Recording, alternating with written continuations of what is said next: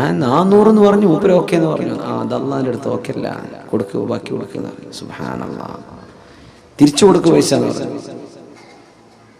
ഇല്ലെങ്കിൽ 400ന്റെ വിലയുള്ള തുണി കൊടുക്കുക. സുബ്ഹാനല്ലാഹ്. എന്റെ കച്ചവടം ചെയ്യുന്നത് അള്ളാഹ്ക്ക് വേണ്ടിയിട്ടാണ്, വേറൊന്നുമല്ല. കച്ചവടം ചെയ്യുന്ന അള്ളാഹുവിന് വേണ്ടിയിട്ടാണ്. മുഖ്ലിസീന ലഹുദ്ദീൻ. അബൂ അബ്ദുല്ലാഹിൽ ഖയ്യാത്ത് റളിയല്ലാഹു അൻഹു വസ്ത്രങ്ങൾ നെയ്തു കൊടുക്കുന്ന ഒരു ടൈലറാണ്. വസ്ത്രം നെയ്തു കൊടുക്കും. കുറെ കസ്റ്റമേഴ്സ് ഉണ്ടാവും, കുറെ ആളുകൾ ചോദിച്ചു വാങ്ങിച്ചു പോകും. അന്നൊരിക്കൽ വസ്ത്രം വാങ്ങാൻ വേണ്ടി നിത്യം അവരെ സന്ദർശിക്കുന്ന ഒരു ജൂസിയുണ്ട്. ഇറാനിയായ ഒരു പേർഷ്യക്കാരനായ തീ ആരാധിക്കുന്ന അയാൾ വന്നിട്ട് സ്ഥിരം കസ്റ്റമർ.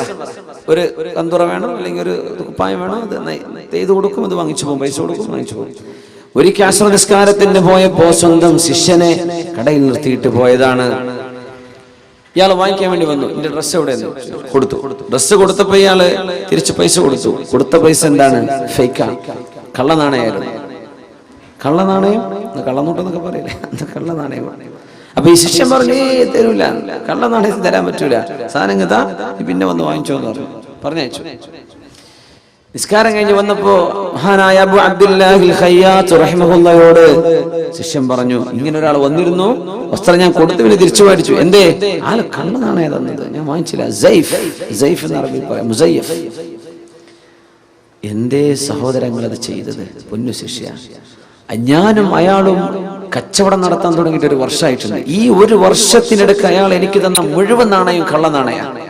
അത് ഞാൻ വാങ്ങിച്ചൊരു കിണറ്റിൽ കൊണ്ടുപോയി എറിയല. ഇനി ഇവൻ വേറെ ആരെയും കൊണ്ടുപോയി പറ്റിക്കണ്ട, ഞാനോ പറ്റിക്കപ്പെടുന്നുണ്ട്, ഇനി ഇവൻ വേറെ ആരെ വഞ്ചിക്കരുത് വിചാരിച്ച് ഞാനതെടുത്ത് കിണറ്റിൽ എറിയറാ ചെയ്യാറ്. നീ എന്തിനവരെ പറഞ്ഞാൽ വേറെ ആരെയും കൊണ്ടുപോയി വഞ്ചിക്കൂലേ?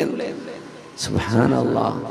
ഇസ്ലാമിന്റെ സംസ്കാരം എന്നൊക്കെ പറഞ്ഞത് ഈ പാരമ്പര്യമാണ്. ഇങ്ങനെ ചിന്തിച്ചിരുന്നൊരു സമൂഹം, ആരെയും വഞ്ചിച്ചുകൂടാ എന്ന് ചിന്തിക്കുന്നൊരു സമൂഹം. എന്തിനായി ചെയ്യുന്നത്? അള്ളാഹുവിൻ്റെ അടുത്ത് പ്രതിഫലം കിട്ടണം. ജനങ്ങളുടെ കയ്യിലെയോ ജനങ്ങളുടെ അടുത്ത് കാശ് വാങ്ങി അതൊന്നുമല്ല വേണ്ടത്. ചെയ്യുന്നത് സത്യസന്ധമാണോ, ഞാൻ അള്ളാഹുവിന് വേണ്ടി ചെയ്യാം, ഇത് ചിന്തിക്കുന്ന ആളുകൾ. അങ്ങനെ മാപ്പ് ചെയ്തു കൊടുക്കുന്നവർ, അള്ളാഹുവിന് വേണ്ടി പൊറുക്കലിനെ ചോദിച്ചു കൊടുക്കുന്നവർ. ഇബ്രാഹിം അദ്ദേഹം റളിയല്ലാഹു തആല അൻഹു കുറേ നാൾ ഒരു മരുഭൂമിയിൽ അവരെ കുറെ കാലം അവിടെ താമസിച്ചിട്ടുണ്ട്. ഇബ്രാഹിം അദ്ദേഹം റളിയല്ലാഹു തആല ഇന്നത്തെ സിറിയയുടെ പല ഭാഗങ്ങളിലായിട്ട്, ഈജിപ്തിന്റെ ചില ഭാഗങ്ങളിലൊക്കെ ആയിട്ട് അവർ ജീവിച്ചിട്ടുണ്ട്. അവിടെ ഒരു സൈന്യത്തിൽപ്പെട്ട ഒരാൾ കൂട്ടം തെറ്റിയിട്ട് വന്നു, ഒരു പട്ടാളക്കാരൻ.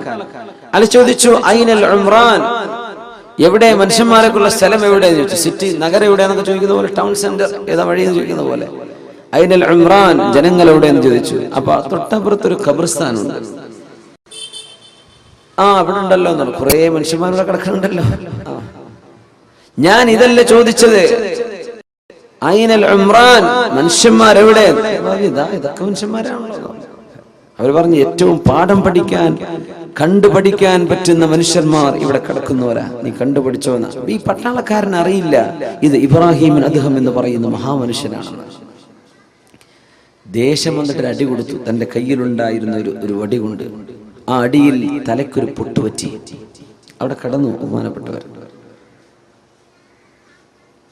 കടന്നപാട് ദുആ ചെയ്തു, യാ അല്ലാഹ്, ഈ മനുഷ്യന് നീ സ്വർഗം കൊടുക്കണേ പടച്ചോനെ, എന്നെ അടിച്ച മനുഷ്യന് സ്വർഗം കൊടുക്കണേ അല്ലാഹ്. ഇയാള് ഞെട്ടി, എന്താ അടി കൊടുത്തിട്ട് ദ്വാരക്കേ. പിന്നെ ആരോടൊക്കെ ചോദിച്ച് ഇയാൾ വഴി അറിഞ്ഞു ടൗണിലേക്ക് എത്തിയപ്പോ കൂടുതൽ പട്ടാളക്കാർ ചോദിച്ചു, എങ്ങനെ വഴി കിട്ടിയത്? ഞാൻ ആകെ കുടുങ്ങിയിരുന്നു, ഞാൻ ഒരാളോട് ചോദിച്ചു, അയാൾ എന്നെ കുറെ സ്വീപ്പാക്കി. വഴി എവിടെ ചോദിച്ചാൽ പള്ളിക്കാട്ടിലേക്ക് കാണിച്ചു, ഞാനൊരു അടി കൊടുത്ത് പോന്നിട്ടുണ്ട്. പടച്ചോനെ, നീ ആ അടിച്ച മനുഷ്യൻ, അവിടെ കണ്ട മനുഷ്യൻ ഇബ്രാഹിം അദ്ദേഹം തങ്ങളാവാൻ സാധ്യതയുണ്ട്. ഞാൻ അവരെയാണോ ഈ ചെയ്തത്? ഓടിച്ചെന്നു, കുതിരയെടുത്ത് ഓടിച്ചെന്ന് ഇതേ സ്ഥലത്ത് ചെന്ന് കിടക്കുമ്പോ കുറെ ശിഷ്യന്മാരൊക്കെ ചെന്ന് പിന്നാലെ. ബഹുമാനപ്പെട്ട ശൈഖ് അവരോടുണ്ട്, കാലിക്കൽ വീണ് മാപ്പ് ചോദിച്ചു. ഞങ്ങൾക്ക് എന്നോ മാപ്പ് തന്നിട്ടുണ്ടല്ലോ, എന്തിനാ ഈ മാപ്പ് അപേക്ഷയൊക്കെ? അല്ല, ഞാൻ നിങ്ങളെ അടിച്ചപ്പോ നിങ്ങൾ എനിക്ക് വേണ്ടി ദ്വാരന്ന് ഞാൻ കേട്ടിരുന്നല്ലോ. അപ്പോ എന്തേ അത്? ഒന്നല്ല, ഈ ജാതി അടി കിട്ടിയാൽ അള്ളാഹു എനിക്കതിന് കൂലി തരുമെന്ന് എനിക്കറിയാം. നിങ്ങൾ കാരണം എനിക്കല്ല കൂലി തരാ, പിന്നെ ഞാൻ കാരണം നിങ്ങൾക്ക് ശിക്ഷ ഉണ്ടാവുക, അത് പാടില്ലല്ലോ. നിങ്ങളൊരു ഉപകാരം ചെയ്തില്ലേ, ഞാൻ അങ്ങോട്ട് ഉപകാരം തരാണ്, നിങ്ങൾക്ക് അള്ളാഹ് സ്വർഗം തരട്ടെ. സുബ്ഹാനല്ലാഹ്. എനിക്ക് നിങ്ങൾ ഉപകാരം ചെയ്തില്ലേ, ഒരു വേദന, ആ വേദനക്ക് അള്ളാഹ് കൂലി തരൂലേ? അതിന് നിങ്ങൾക്കൊരു ഉപകാരം ഞാനും തരണ്ടേ? അള്ളാഹു നിങ്ങൾക്ക് സ്വർഗം തരണേ? ഞാൻ അങ്ങനെ ചോദിച്ചതാണ്. മഹാനായ ഇബ്രാഹിം റളിയല്ലാഹു തആല മുസ്ലിം സമൂഹത്തിന്റെ ആ ഒരു എന്താ പറയാ ഇന്റലക്ച്വൽ ഗ്രോത്ത്, നമ്മുടെ ബുദ്ധിപരമായ സാംസ്കാരികമായ ആ ഒരു ഔന്നിത്യം, ഇതാണ് ഇസ്ലാമിന്റെ ലെഗസി എന്ന് പറയുന്നത്. ഇസ്ലാമിന്റെ പാരമ്പര്യം ഇതാണ്. എല്ലാം ജീവിച്ചത് പടച്ചവന് വേണ്ടിയാണ്. മനുഷ്യന്മാരുടെ ഒരു പ്രശ്നമില്ല, ആരും എന്തും ചെയ്തോട്ടെ.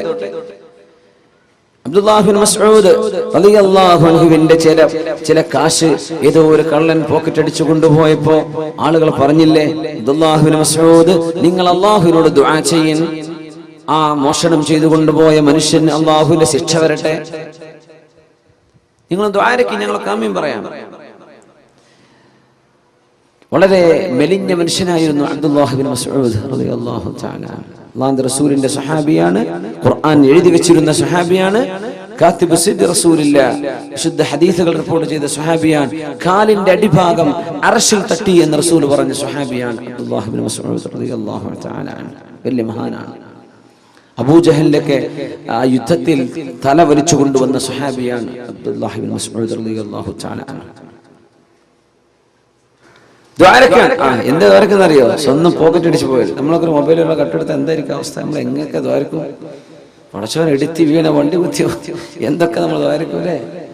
ഒരു ഉപദ്രവം ചെയ്താൽ അബ്ദുല്ലാഹ് ബിൻ മസ്ഊദ് അങ്ങ് ദ്വാരുന്നു, എനിക്ക് ഞാൻ ദ്വാരക്ക, അന സാഹിബുൽ മാൽ, സമ്പത്ത് എന്റേതാ, ഞാൻ ദ്വാരക്ക, നിങ്ങൾക്ക് ആമീൻ പറഞ്ഞോളൂ. ആമീൻ പറയാം. എന്താ ദ്വാരെന്ന് അറിയോ? അല്ലാഹുമ്മ പടച്ചവനെ, ഇൻ കുൻത തഅലം അന്നല്ലദീ സറഖ മാലി മുഹ്താജുൻ ഇലൈഹി ഫബാരിക് ലഹു ഫീഹി യാ റബ്ബ്. പടച്ചവനെ, എന്റെ സമ്പത്ത് മോഷ്ടിച്ചു കൊണ്ടുപോയവൻ അവൻ അത്യാവശ്യമുണ്ടായിട്ട് മോഷ്ടിച്ചതാണെങ്കിൽ അവൻ കൊണ്ടുപോയ സ്വത്തിൽ നീ ബറക്കത്ത് കൊടുക്കണേ അല്ലാഹ്. ഇനി അവൻ മോഷ്ടിച്ചത് എന്നെ ബുദ്ധിമുട്ടാക്കാൻ വേണ്ടി ചെയ്തതാണ്, അവൻ ആ പൈസയുടെ ആവശ്യമൊന്നും ഉണ്ടായിരുന്നില്ല, അവൻ വെറുതെ ബുദ്ധിമുട്ടാക്കാൻ ചെയ്തതാണെങ്കിൽ ഫജ്അൽഹു ആഖിറ ദംബിൻ യർതകിബുഹു ഫീ ഹഖ്ഖിക യാ അല്ലാഹ്. ഇനി ഒരിക്കൽ മറ്റൊരു തെറ്റ് ചെയ്യാൻ ഒരു അവസരം ഇയാൾക്ക് കൊടുക്കരുത് പടച്ചവനെ, അവനെ നന്നാക്കി കൊടുക്കണമേ. അബ്ദുല്ലാഹ് ബിൻ മസ്ഊദ് റളിയല്ലാഹു അൻഹു. ഇങ്ങനെയൊക്കെ ചിന്തിക്കാനുള്ള വിശാല മനസ്സ് ഒരു സത്യവിശ്വാസിക്ക് കിട്ടിയപ്പോ, ഇഖ്ലാസിൽ ജീവിക്കുമ്പോ, അള്ളാഹ്ക്ക് വേണ്ടി ജീവിക്കുമ്പോ. മനുഷ്യന്മാര് പലതും പറയും, മനുഷ്യന്മാരുടെ വാക്ക് കേട്ടിട്ടും ജീവിക്കാൻ പറ്റില്ല. ആളുകൾ ഭ്രാന്താക്കും, ഓരോന്ന് പറഞ്ഞിട്ടും ചോദിച്ചിട്ടും. നല്ല നിലയ്ക്ക് ജീവിക്കുന്ന മനുഷ്യൻ അതൊരു വീക്ക്നെസ് ആണ് മനുഷ്യന്മാരെ വിചാരിക്കുക. എപ്പോഴും പറയാറുണ്ട് അങ്ങനെ, സ്ത്രീധനൊന്നും വാങ്ങാതെ കല്യാണം കഴിച്ചാൽ അയാൾക്ക് തീരെ വില ഉണ്ടാവില്ല. ആ മരുമോൻ, ആ പുരയിലോ കുടുംബത്തിലോ വിലല്ല. ശരിക്കും അയാൾക്കല്ലേ വില കൊടുക്കേണ്ടത്. നമ്മുടെ നാട്ടിൽ എങ്ങനെയാണ്? അവനൊരു സാമർത്ഥ്യമൊന്നുമില്ല, 5 വയസ്സ് വേണ്ടെന്ന് പറഞ്ഞ് കല്യാണം കഴിച്ചതാണ്. സുബ്ഹാനല്ലാഹ്. ഒരു വിഷയം അപ്രീഷിയേറ്റ് ചെയ്യുന്നതിന് പകരം നമ്മൾ എന്ത് ചെയ്യും? നമ്മളതിനെ ആ വിഷയം ശരിക്കും അങ്ങ് ഒരാളെ ഡിപ്രസ്ഡാക്കി കളയും, നമ്മൾ ഡെസ്പെയർ ആക്കി കളയും. സുബ്ഹാനല്ലാഹ്. നന്മയെ, അള്ളാഹുവിന് വേണ്ടി നന്മയെ സ്നേഹിക്കുക. നന്മ നമ്മൾ ഇഷ്ടപ്പെടുന്നത് അള്ളാഹുവിന് വേണ്ടിയാണ്, നന്മ ചെയ്യുന്നത് അള്ളാഹുവിന് വേണ്ടിയാണ്. അള്ളാഹു കബൂൽ ചെയ്യുമാറാകട്ടെ. നിലാവെളിച്ചത്തില് മക്കയിൽ ഒരാളിങ്ങനെ മല പൊത്തിപ്പിടിച്ച് കയറി പോകുന്നുണ്ട്. അപ്പൊ സിദ്ദീഖ് റളിയല്ലാഹു അൻഹു ആലോചിച്ചു, യാ അല്ലാഹ്, ഈ പാതിരാത്രി ഏത് മനുഷ്യനായി പാറയ്ക്ക് പൊത്തിപ്പിടിച്ച് കയറി പോകുന്നത്? ചെന്ന് നോക്കുമ്പോൾ റസൂലുള്ളാഹി തങ്ങളാ സ്വല്ലല്ലാഹു അലൈഹി വസല്ലം. നബി നിങ്ങൾ എങ്ങോട്ടായി പോണത് രാത്രി സമയത്ത്? ഒന്നുമല്ല സിദ്ദീഖ്, ഈ മലയുടെ അപ്പുറത്തെ കുറച്ച് യാത്രക്കാർ വന്ന് വിശ്രമിക്കുന്നുണ്ട് എന്ന് ഞാൻ കേട്ടു. ഒരു യമനിൽ നിന്ന് വരികയാണ്, ഒരു ഷാമിലേക്ക് പോവാണ്, ഫലസ്തീനിലേക്ക് കച്ചവടത്തിന് വേണ്ടി പോവാ. അവര് നാളെ രാവിലെ സ്ഥലം വിടും. അപ്പൊ രാത്രി അവിടെ ചെന്നിട്ട് എന്തെങ്കിലും അവർക്ക് ദീൻ പറഞ്ഞു കൊടുക്കാൻ പറ്റിയാലോ? നേരം കൊടുക്കാൻ നിന്ന് അവർ പോയി പോകും. അതുകൊണ്ട് ഞാൻ ചെന്നിട്ട് വല്ലതും പഠിപ്പിച്ചു കൊടുക്കട്ടെ. ആര്? അഷ്റഫുൽ ഖൽഖ് സ്വല്ലല്ലാഹു അലൈഹി വസല്ലം. നിങ്ങളാരും വിളിക്കാതെ വേദ പറയേണ്ട ആൾക്കാരായി വേദ പറയേണ്ടവർ. നിങ്ങളാരും വിളിക്കാതെ, ഒരു സംവിധാനം ഒരുക്കാതെ നിങ്ങളുടെ നാട്ടിലൊക്കെ വന്നിട്ട് കേട്ടോളി അള്ളാന്റെ ദീൻ അലല്ലാഹു അസ്സ വജൽ എന്ന് പറഞ്ഞ് വേദ തുടങ്ങേണ്ട ആൾക്കാരാണ്. നമ്മൾ പള്ളിയിലൊക്കെ അങ്ങനെ നിസ്കാരം കഴിഞ്ഞ് പോകുമ്പോൾ ഉസ്താദ്മാർ വേദ പറയണേ, അപ്പൊ വിളിച്ചിട്ടൊന്നും വന്നതാവില്ല, ആയിക്കോട്ടെ. അങ്ങനെ പോയി വേദ പറയേണ്ടവരാ. അങ്ങനെ നിങ്ങൾക്ക് ദീൻ പഠിപ്പിച്ചു തരേണ്ട ആൾക്കാരാ, പഠിച്ച ആൾക്കാർ. വേദ പറയുന്നവരൊക്കെ അങ്ങനെയാ വേണ്ടത്. പിന്നെ ഇപ്പൊ എന്താ എല്ലാം കോലം കെട്ടിയ കൂട്ടത്തിലേ ഇതിലും വലിയ കോലം കെട്ടൊക്കെ വന്നു എന്നാ തോന്നുന്നത്. നമുക്കിതൊക്കെ വലിയ കലാപരിപാടിയായി മാറിയിട്ടുണ്ട്. ഇപ്പോൾ അള്ളാഹുലേക്ക് അടുക്കാൻ കുറച്ച് ചിന്തകൾ കിട്ടണം, അള്ളാഹുലേക്ക് മനസ്സുകൊണ്ട് അടുക്കണം. ഇതാണ് ഈ വാദിന്റെ ഒക്കെ ലക്ഷ്യം. അത്രേ അതിന് വേണ്ടു, അതതിന് വേണ്ടത്, നമ്മൾ ചെയ്യേണ്ട ബാധ്യതയാണ്. അപ്പൊ അതുകൊണ്ട് നമ്മൾ ചെറിയ വിഷമങ്ങളൊക്കെ സഹിക്കാം. വലിയ വലിയ വിഷമങ്ങളൊക്കെ അള്ളാഹിന്റെ റസൂലും സ്വഹാബികളൊക്കെ സഹിച്ചില്ലേ? നമ്മളൊന്നും അറിഞ്ഞിട്ടില്ലല്ലോ. സാരല്ല, നമുക്ക് മൈക്ക് വെച്ചിട്ടല്ലേ പറയുന്നത്. അന്ന് ഭയങ്കര സൗണ്ട് ഉണ്ടായിരുന്നു. അബ്ബാസ് റളിയല്ലാഹു അൻഹുവിന്റെ ശബ്ദം 2 മൈൽ അപ്പുറത്തേക്ക് കേട്ടിരുന്നതാണ്, ഒരു ആംപ്ലിഫയറും ഒരു മൈക്കും ഇല്ലാതെ. ഏതായാലും അള്ളാഹു കബൂൽ ചെയ്യട്ടെ, അള്ളാഹു സ്വീകരിക്കുമാറാകട്ടെ.